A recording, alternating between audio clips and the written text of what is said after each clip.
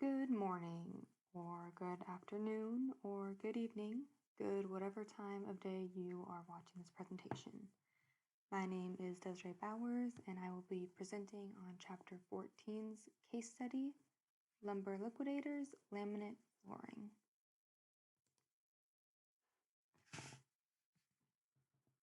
So what is Lumber Liquidators? It's a flooring company in the United States and in Canada. The issue that we're going to be talking about has to do with their laminate flooring. However, they also make bamboo flooring, engineered vinyl flooring, solid hardwood flooring, and engineered hardwood flooring. Engineered hardwood flooring is very similar to laminate flooring. It's just sort of a different way to say it, although laminate, I'm pretty sure, is the more common way to say it. The issue is that there was too much formaldehyde in the laminate floor planks that they sold, which I will be discussing later, but essentially it has to do with the fact that their laminate flooring has all of these different layers to it, and each layer needs to be held together by essentially a glue. Formaldehyde, it is the chemical in building materials, not just flooring, so it is in other materials like cabinets, doors, etc. It can be used as a preservative, a fungicide, a germicide, a disinfectant, and glue being the main one that we're talking about. Although the preservative part of it can also be used for the flooring, that's just not what makes the flooring dangerous. It's that they have to use so many layers of glue to put together all of these layers of flooring. Each layer has essentially glue that is made out of formaldehyde between it, but they can also put it on the top as like a protective coat, which would be the preservative aspect of it as well. It is also considered a human carcinogen by the Environmental Protection Agency, which means that it is something that could essentially cause cancer.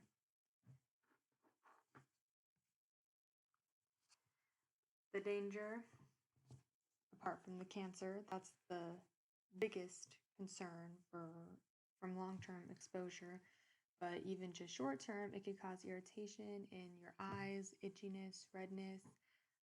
It can make breathing difficult, which is why it's really an issue for really little kids, the elderly, and anybody who has asthma or another breathing problem.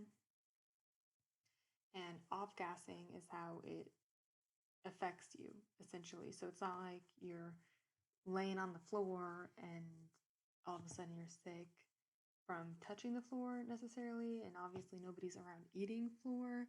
It's from the gas being emitted essentially out of the flooring, and then you're inhaling it because it's stuck inside of a house. It's not going anywhere else.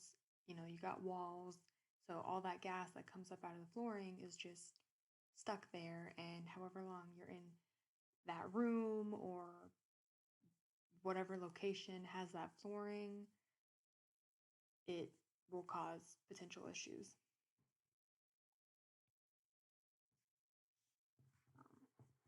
So those are some of the issues. This is actually the picture that the CDC uses to explain this. So you can kind of see how they breathe it in, and it affects this area. It can also affect this area in your throat, obviously, because when you breathe, you know, it has to go down to your lungs, which are down here.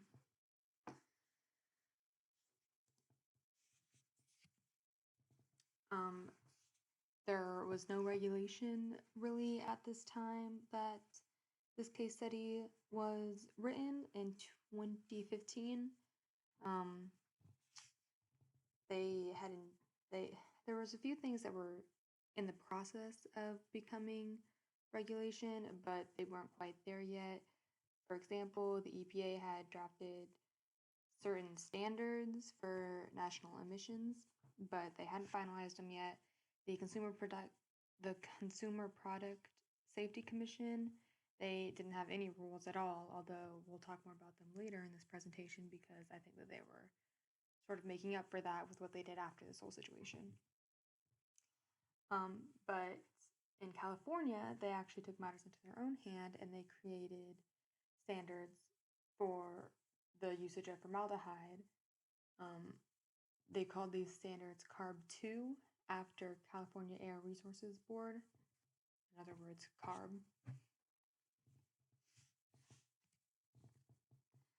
The first investigation that took place against or about lumber liquidators was when the executive director of the Global Community Monitor program bought 150 boxes of laminate flooring. They did not buy it all from lumber liquidators. They bought a total of 150 boxes from numerous different flooring or housing stores such as Lowe's or Home Depot. And what they discovered once they tested the flooring was that most places, such as Lowe's or Home Depot, didn't have dangerous flooring. They were within the standards set by CARB 2, but Lumber Liquidators laminate flooring not only did not meet CARB standards, but a lot of it was 6 or 7 times more than what their standards allowed. So, in other words, at least 6 or 7 times more dangerous than any of the other flooring from the other stores. And he went on to tell 60 Minutes, which is a segment on TV, that they thought that the laminate flooring from Lumber Liquidators was not safe and they wanted them to do a story on it. So in order to do a story on it, thankfully 60 Minutes did their research and they did investigation too. In order to follow up, they wanted some more concrete evidence from the source of the flooring, so they sent in employees. I put spies because they were undercover employees, but that might be a harsh word to use. I just thought that this picture kind of made sense in that situation, but it doesn't actually mean very much. But anyway, they sent their employees into the manufacturing mills in China that were creating the laminate flooring for Lumber Liquidators, and what they discovered was that it wasn't an unknown situation that the formaldehyde wasn't safe. The Chinese manufacturer that was in charge of the manufacturing mill told the employees, not thinking that they were employees, obviously, but anyway, he told them that it was just cheaper to make the floors using more formaldehyde. And despite knowing that the flooring wasn't safe, they labeled their products as if it was safe. And they said that if they wanted to, they could make flooring that was CARB 2 standards, but it was 10 to 15% more expensive to do it that way, so they didn't want to do it that way. So when Tom Sullivan, who is the founder of Lumber Liquidators, found out about this, he was apparently surprised, indicating that the issue with their flooring wasn't necessarily the decision of Lumber Liquidators, but more so the decision of the manufacturers of the flooring in China that the company was not aware of. Although I think that they should have maybe been more aware of it. They should have been paying attention to that if they were selling the products. But after figuring all of this out, Tom here decided that he was going to do what he could to make things better after the fact, which is better than nothing, of course. So he offered voluntarily free indoor air quality screenings to anybody who had purchased that flooring.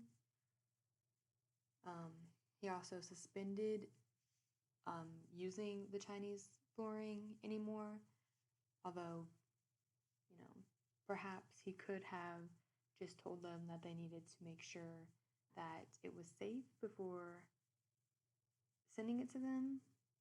But anyway, that's not what he did. And he hired an organization that was headed by a former FBI director, Lois Free, to review the company to make sure that it was in compliance with the standards. The final investigation, as I put it, was conducted by the Consumer Product Safety Commission after all of this went down. So once it started coming up in the news that Lumber Liquidators was not making or selling, technically, safe flooring that, it could make people sick, they decided they were going to look into it, and it involved purchasing more flooring because they obviously wanted to see what flooring that was being sold at that moment was safe or not safe.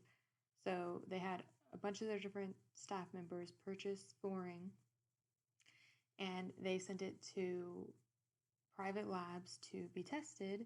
And the results they got from those labs, they shared with the CDC, or the Center for Disease Control and Prevention, and the National Center for Environmental Health, or NCEH, and the Agency for Toxic Substances and Disease Registry, or the ATSDR. The NCEH and the ATSDR are generally spoken about together in the research that I did. So it didn't specify exactly if they found anything different, but essentially the conclusion from all of these tests was that the flooring could cause health problems. So basically just backing up what was already discovered, but with scientific evidence. And it could also obviously cause cancer. That's what it means to be a human carcinogen, as I mentioned earlier. However, although the risk could raise between 6 and 30 extra cases for every 100,000 people that bought the flooring, they were estimating those numbers based on like a worst case scenario. So the fact that it can go up at all proves that it's dangerous. But in reality, they were estimating that people were buying the flooring that had the most formaldehyde in it, and they were estimating that people used other home appliances or building materials in their homes that also had formaldehyde in it. And they based it off of having spent a total of 2 years breathing in the air from all of these different things, because they said that after 2 years, essentially it becomes less dangerous. So that harm happens within the first 2 years, if not earlier, which kind of makes it so that as much as Lumber Liquidators was trying to do to help after the fact, if people had had their flooring for more than 2 years, then the harm that could potentially occur already occurred. So, there's not much they can do about that. However, in the meantime, throughout all of the investigation, Lumber Liquidators was cooperative. According to the case study and to the articles that I read online, they do seem like they were trying their best to fix everything, to mitigate the situation. I don't know if it was a situation where they really were just unaware about how the flooring was made, or if they figured, oops, we got caught and now we have to figure out a way to get ourselves out of this hole. I'm not sure, but at least they tried something. They definitely knew that their flooring was cheaper, so in my opinion, they probably should have been looking into exactly why and how that was possible. But anyway, discussion questions. So, if you were a manager at Lumber Liquidators, what, if anything, would you do now beyond what the company has already done? Unfortunately, since I did not have the ability to give this presentation in class, I can't really talk to you guys about it. But I'm kind of curious to know what you would think. I'm sure Professor King is also curious to know what you would think. And even if, you don't tell us or whoever, maybe just think about it. I think that it's especially interesting in this situation because it's a very sort of ethical issue. Anyway, my answer to this question is that I would investigate all of the mills that manufactured any of the products that I sold to be sure that they were following formaldehyde safety standards set by CARB 2, but also set, hopefully later on by standards from the government. I would also replace the unsafe flooring with safe flooring and either repurpose the original flooring in a safer way or save it for a while and test it again later on to see if the formaldehyde wore down to a safe amount. So by that, as I mentioned earlier, the CDC said that after 2 years, the danger sort of decreases. So if maybe they keep the flooring for a while and give the floors time to air out, perhaps the formaldehyde amount will have decreased to sort of what would be safer. Or they could just take apart the pieces of wood and try to use them in a safer way because it's the glue that's holding all those layers together that is making them unsafe. So if you take them apart and try to use them for something else, then perhaps that will wear down the amount of formaldehyde in each individual different product. And that way you're also not just wasting all of that flooring because, if you can repurpose it, recycle. It's good for the environment and also cheaper than just throwing things away. If you were a consumer who had installed Lumber Liquidators laminate flooring in your home or business, what would you do now? If I had their flooring installed in a business, I would have it switched out as soon as possible to ensure the safety of my own customers. Period, especially if this was going on and I had obvious hardwood flooring and I was running a business and I had customers coming up to me asking like where I got the flooring from, I would be honest, I would say from Lumber Liquidators and that I am in the process of getting it removed because that's what is safe for my customers and that's what I would want because that's what's best for them. If I had the flooring installed in my own home, however, I would have it tested to see if it was still unsafe because, again, with the whole 2-year thing, if it had been long enough, I was still kicking, and if I didn't have cancer, then at that point, I feel like it would just be an unnecessary cost to have it switched out. Of course, I would also take into consideration how I felt living in the home. If I had been irritated, if I was still irritated, if I felt like I had allergies, I would assume that at least eye-wise, it would feel like allergies. Then I would, maybe have it changed out for that reason. But otherwise, if it didn't pose any obvious threat to me or my own health, then I would probably just keep it. Do you think the government acted appropriately to protect consumers? What more can or should it have done? I think that given the situation, the government acted appropriately. However, I think that there should have been more regulations put in place and inspections of manufacturers by government agencies beforehand, which could have prevented potential health problems caused by the flooring. After the fact, these sorts of regulations and inspections should definitely take place. Do you believe that lawsuits filed by consumer activists will help solve the problem of unsafe flooring? I do not believe that this would necessarily help solve the problem of unsafe flooring. Some flooring companies might be concerned about potential lawsuits and therefore take the chemicals in their flooring more seriously, because they want to avoid having an issue like this in the future. Otherwise, I think this might cause more problems. For example, if a company was sued for these problems, they wouldn't have the financial means to fix their mistakes. Lumber liquidators took steps to try to mitigate the situation after their whole company essentially, went up in, I don't want to say flames because it didn't actually burn down, but when all of this happened that caused so many issues for their company, they did something to fix it. However, if they had been sued, which there were lawsuits against them, but they had enough money to, fix at least some problems that they wouldn't have otherwise been able to fix if they just got sued out of all of their money and then nobody gets anything. Nobody would have gotten the free air testing. They also, they probably wouldn't have been able to partner with the FBI director Lewis and to have their company reviewed.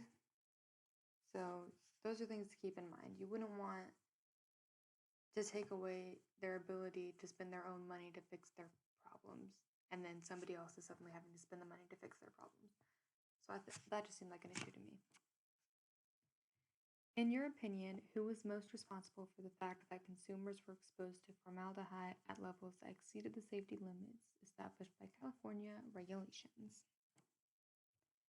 In my opinion, Lumber Liquidators was most responsible for consumers' exposure to unsafe formaldehyde levels. The company should have had standards set and been checking that those standards were met. They should have been certain that their product was safe before selling it to consumers. So, as I'm sure you may have noticed throughout my presentation, I want to give Lumber Liquidators credit for what they did after the fact, but I also think that they should have been paying more attention before any of that happened. There's plenty of people that probably got sick and potentially worse,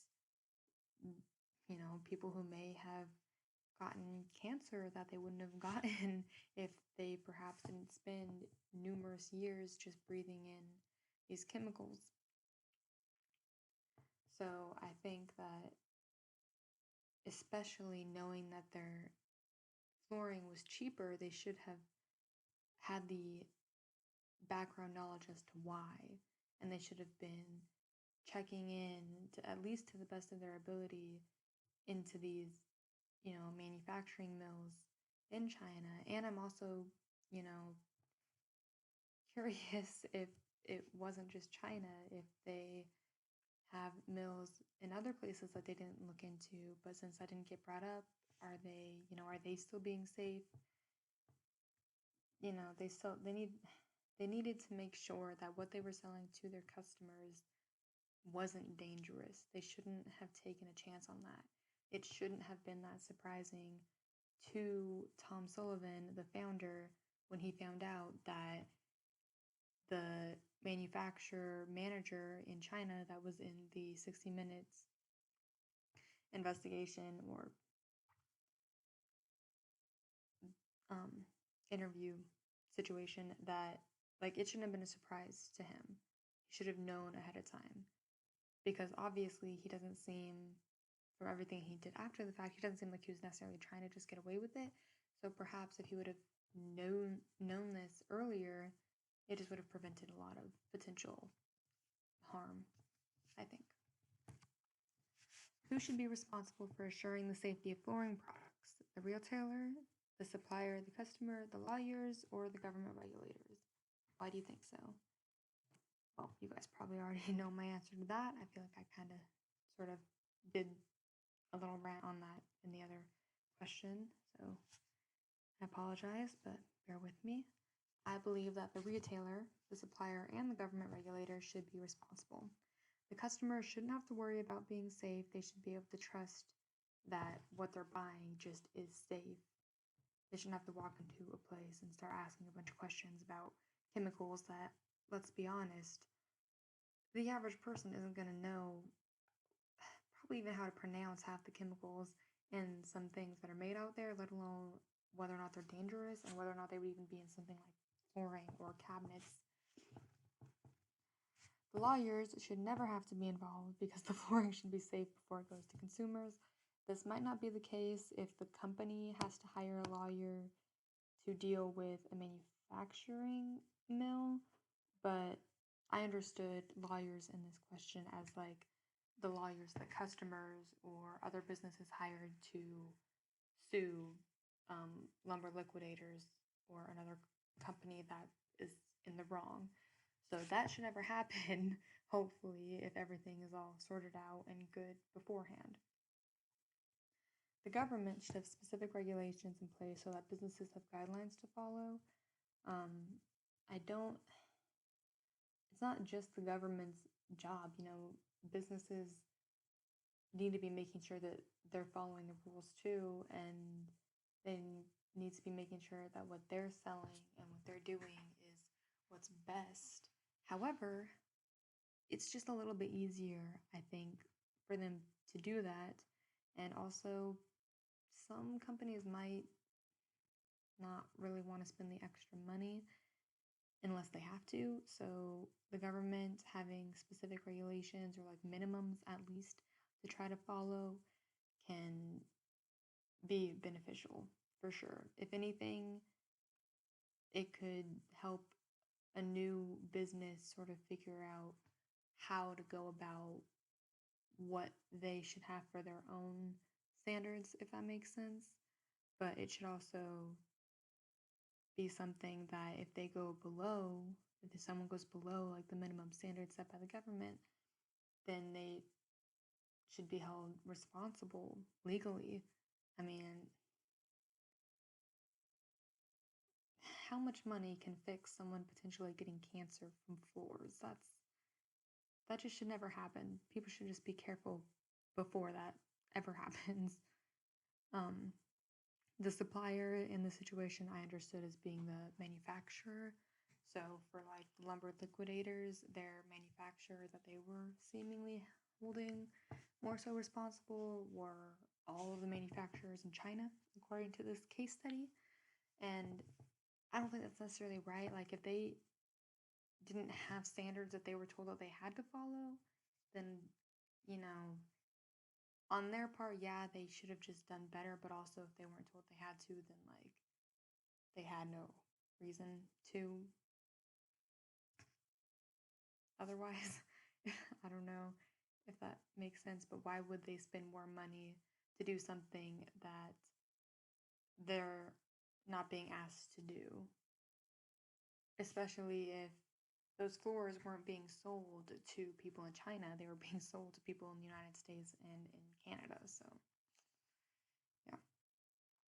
Overall, I think that the retailer is responsible. It's their product, they're the one selling it, they're the one saying that people should buy it. They're the whole reason that the product exists. So if it's not safe, in my opinion, it's on them. Bottom line. Here are my references. Of course, we have the book and we have the CDC information and the results from the other health organizations that reviewed the information from the CDC. So that's all I have for you. I don't know how long this video is, but I hope it's not too long. I'm not really that good with technology and knowing how to do something like this, it actually took me a really long time, so I am so sorry if it's not great. I did my best, and I also want everyone to know that if you're more interested in this, or if you wanted to talk to me about it since we couldn't talk in class, just email me. My email is just the Mary Baldwin email. My name's on the front of this presentation, so just type that in your email and my email should come up, and I would be happy to talk to you about it if you wanted to. I could probably rant a while about it if I'm being honest. So if you want to hear a rant or if you want to rant to me, I am all for it. Otherwise, you guys have a good day.